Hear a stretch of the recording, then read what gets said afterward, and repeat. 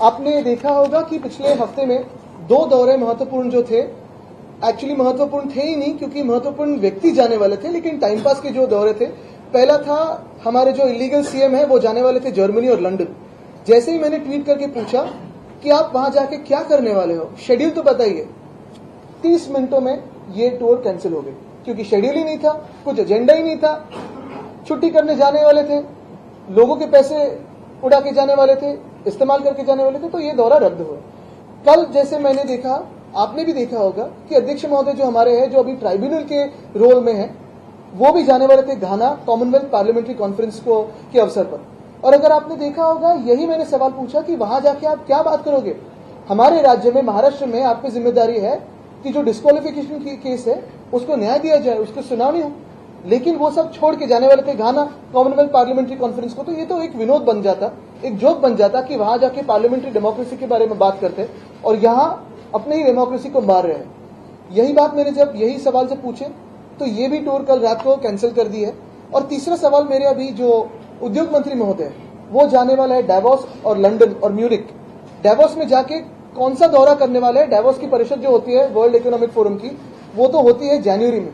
तो अभी जाके किससे मिलने वाले हो भाई, क्या करने वाले हो, वहां कोई भी नहीं है। डावोस तो एक साधारण गांव बनता है जब कुछ वर्ल्ड इकोनॉमिक फोरम की चीजें नहीं होती। तो जाके क्या देखने वाले हो। अगर आपको छुट्टी पे जाना है, छुट्टी मनानी है, तो खुद के पैसों से जाओ। वैसे ही डीसीएम साहब का जो दौरा था, वो पूरा दौरा जो है, अगर आपने देखा, पूरी टूर जो है जापान की, वो भी स्पॉन्सर कर रही है एमआईडीसी पोस्ट फैक्टो अप्रूवल के साथ। हमें तो लगा था कि वो जो डॉक्टरेट मिली और जो पूरा टूर था, वो पूरी की पूरी टूर जापान की सरकार खर्च उठा रही है, लेकिन अभी आप देखें तो महाराष्ट्र की सरकार कर रही है। ये क्यों? ऐसे अगर छुट्टी मनानी है तो जाओ छुट्टियों पे, कोई आपको रोकना नहीं है, और ये कोई पर्सनल बात नहीं है, लेकिन जनता के पैसे का इस्तेमाल मत करो अपनी छुट्टियों के लिए। लेकिन जब आप लोग भी दौरे पर गए तो उसको अब ये कंपैरिजन नहीं करेगी सरकार? बिल्कुल करना भी चाहिए, मैं तो कहता हूं प्लीज करिए, क्योंकि हमारा COP26 का जो दौरा था या फिर हमारा जो डावोस का दौरा था, देसाई साहब, मैं और नितिन राउत साहब खुद स्वयं उस पे थे। अगर आपने देखा होगा कि हमारी पूरी दिन में जो भी मीटिंग्स होती थी वो सारे ट्विटर पे थे। हमारा जो हमारी टूर थी डावोस की, कंपेयर कीजिए ये इलीगल सीएम के दौरे के साथ। एक भी मीटिंग बता नहीं पाया, लेकिन 40 करोड़ का खर्चा किया है 28 घंटों में। हमने जो 3-4 दिन वहां बिताए, सारे के सारे जो खर्चे हैं, सारे के सारे जो मीटिंग्स है, वो जनता के सामने है और उसका आउटकम भी सामने जनता के, जो उन्होंने आउटकम्स दिखाए लास्ट डावोस के दौरे से। चलो जाइए उन कंपनियों से मिलिए और देखिए वो कंपनियां है भी है ना।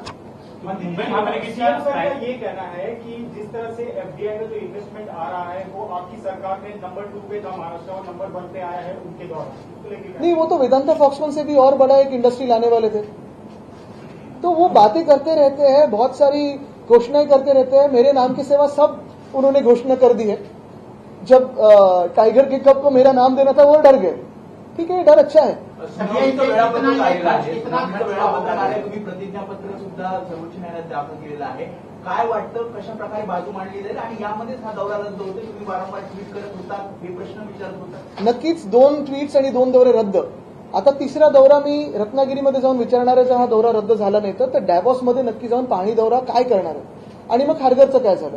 जर पाहणीच करायची होती तर शेतकऱ्यांच्या बांधावर आता जे नुकसान झालं ते करायला पाहिजे होतं।